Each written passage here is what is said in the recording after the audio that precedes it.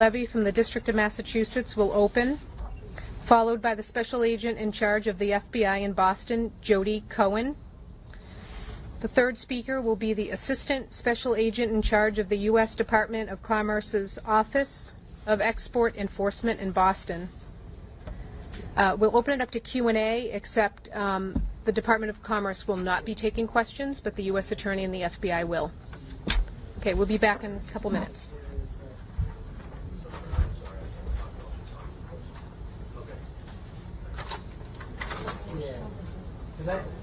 I got it. She just said that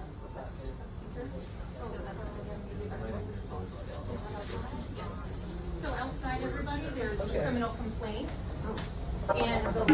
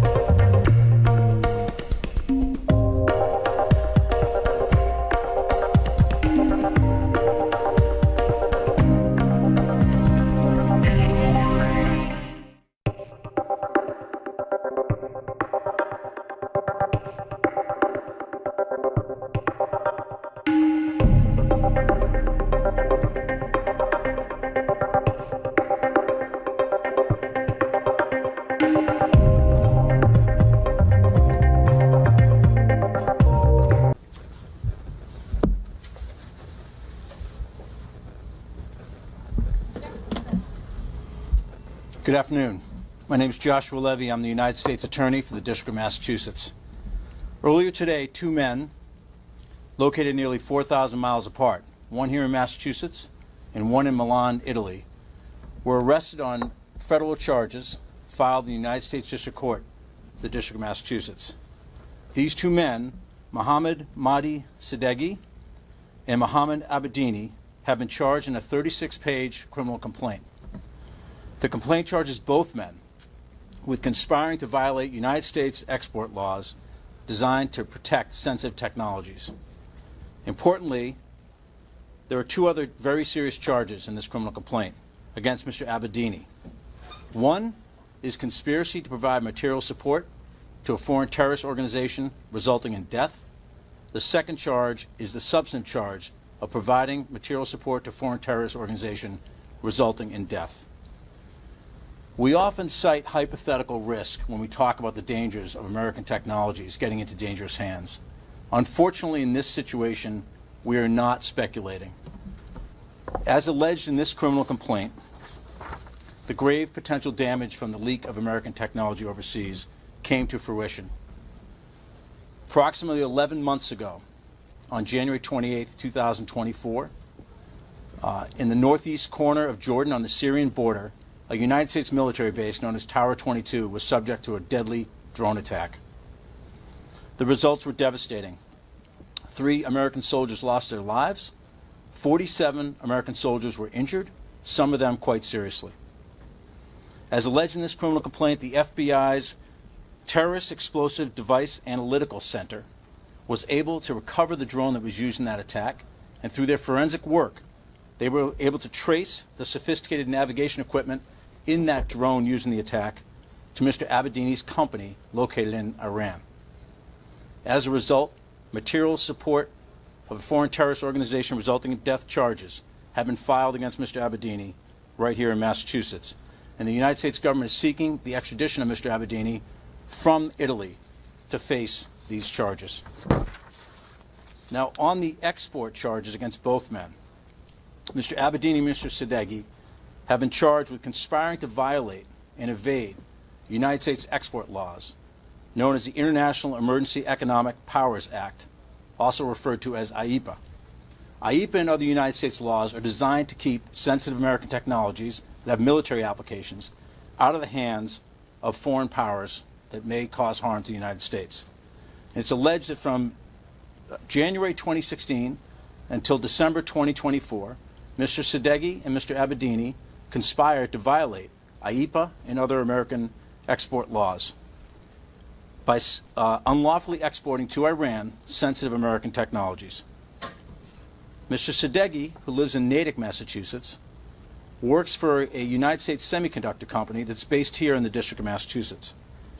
Mr. Abedini, it is alleged, lives in Iran, and he's the CEO and co-founder of a company known as Sidra, SDRA, that's located in Tehran and has deep connections to the Iranian government, the Iranian military, and to the Islamic Revolutionary Guard Corps, also known as the IRGC.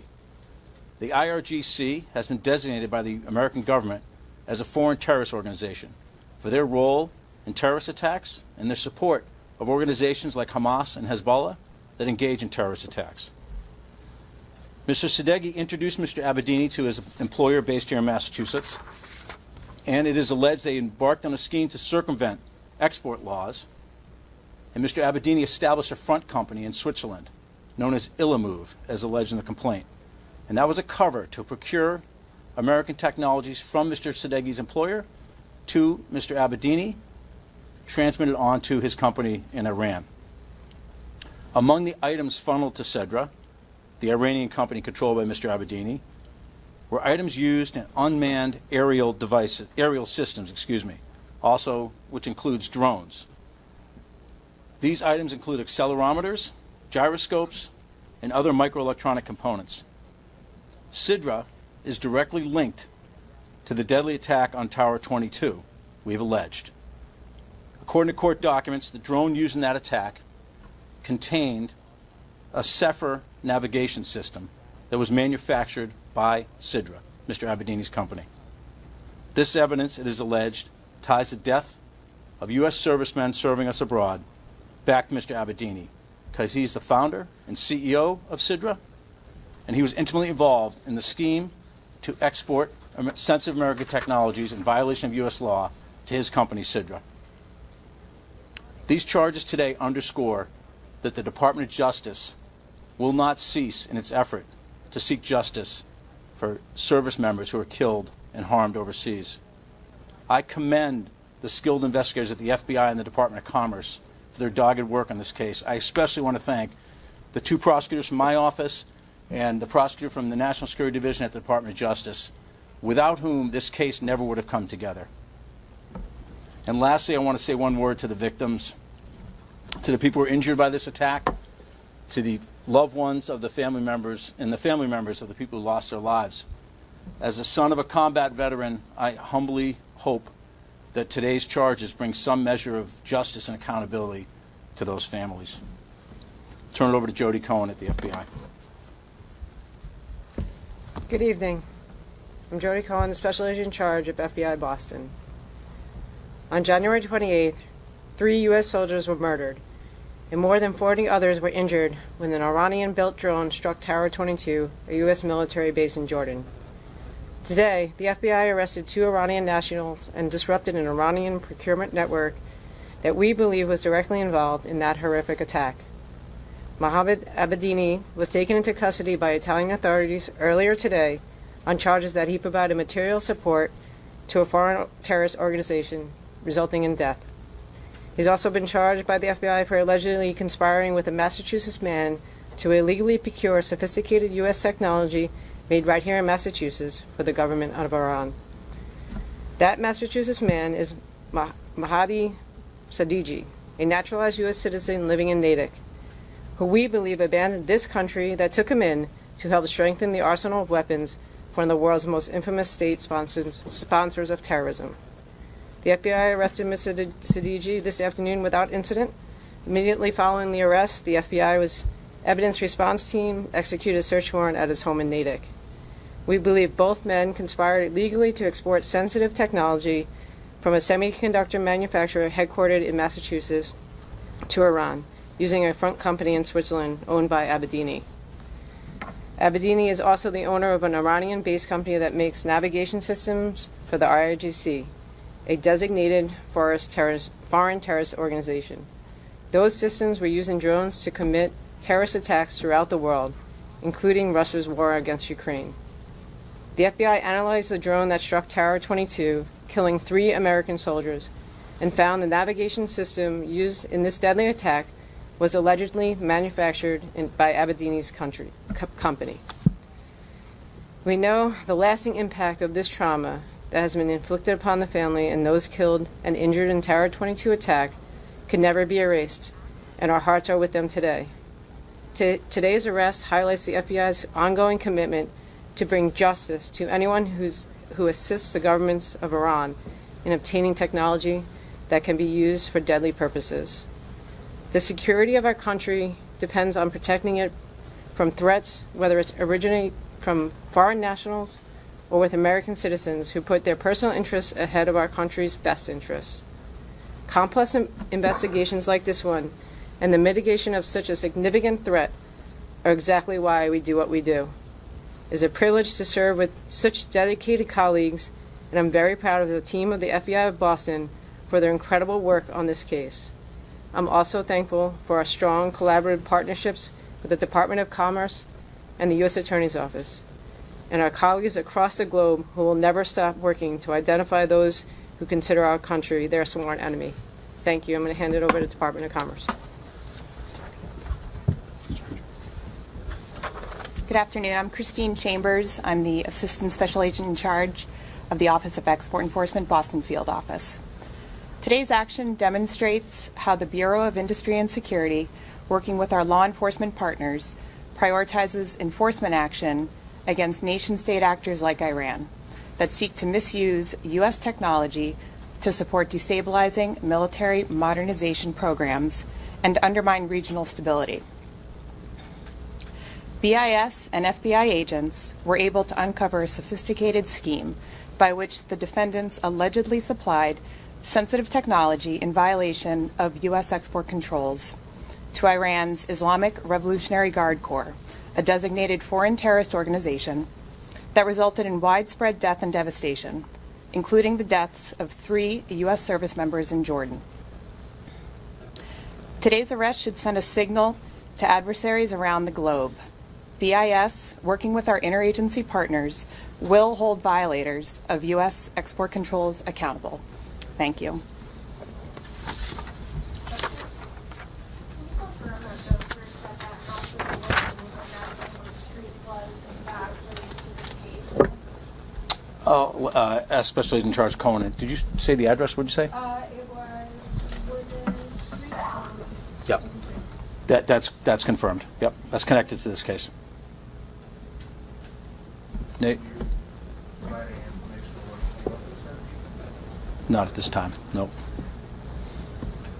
Are there any other suspects that you may be looking into at this point, and any additional charges that either of these men have faced? Yeah, I would say that this is an active investigation, as evidenced by the fact that we conducted searches today. We're still accumulating evidence, so I can't comment one way or the other, but I would just say it's an active investigation. Additional potential defendants, additional potential charges is in the mix. All right, Mr. City, he's been a naturalized U.S. citizen. Do you know how long he's been in the U.S., and are there concerns dating back to when he arrived in the U.S.? I don't know if the complaint, off the top of my head, specifies the year in which he was naturalized, and other than that, I'm not going to comment on that question. Nate?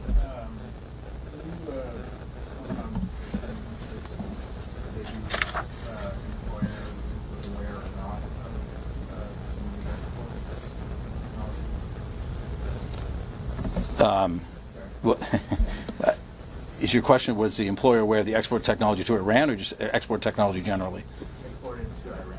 Yeah, I can't comment on that. I can tell you that the company was notified by the FBI today of this investigation and has been cooperative from the moment they were notified. Anyone else? Okay, thank you.